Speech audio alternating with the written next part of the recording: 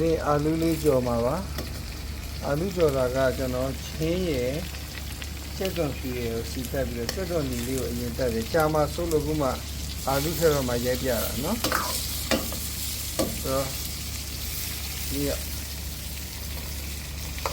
ကောင်းအမဲလေးပြင်တော့နော်အခုကျွန်တော်ပဲငံပြားရည်နဲ့ QC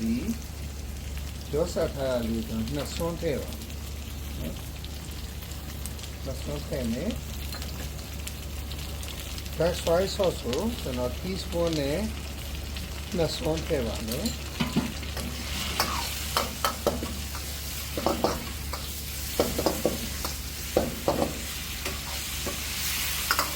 ဒီလိုလေးပါနော်အာလူးကိုကျွန်တော်တို့အရင်ပြုတ်ပါတယ်အာလူးကိုစားလေးစီလေးနည်းနည်းထည့်ပြီးတော့ပြုတ်ထားပြီးတော့အာလူးနူးဆိုတော့မှအခုကျူးပြီးရဲ့ပဲငံပြားရဲ့ exercise ဆိုရင်လည်းပြန်တော်တာဖြစ်ပါတယ်။တိုင်းရတာနည်းနည်း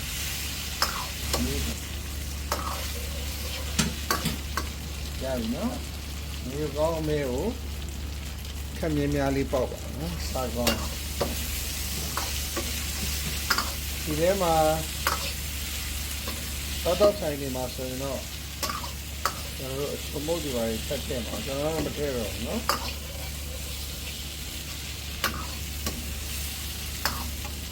ဒီနည်းလေးတင်လိုက်ပါမယ်ဆက်ပြုတ်ရည်လေးကျွန်တော်နည်းနည်းထည့်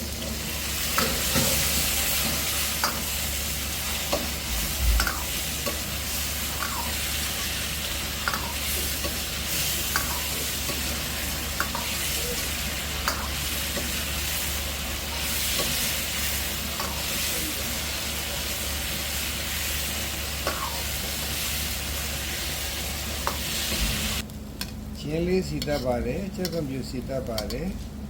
ချက်သွန်နီကိုတုံးကြီးကြီးလေးတုံးထားပြီးတော့မှချက်သွန်နီလေးတွေနည်းနည်းနူးလာပြီဆိုတော့မှအာလူးပြုတ်ထားတာကိုထည့်ပြီးတော့ QC ပဲငံမြားကြီးအကျဲ dark soy sauce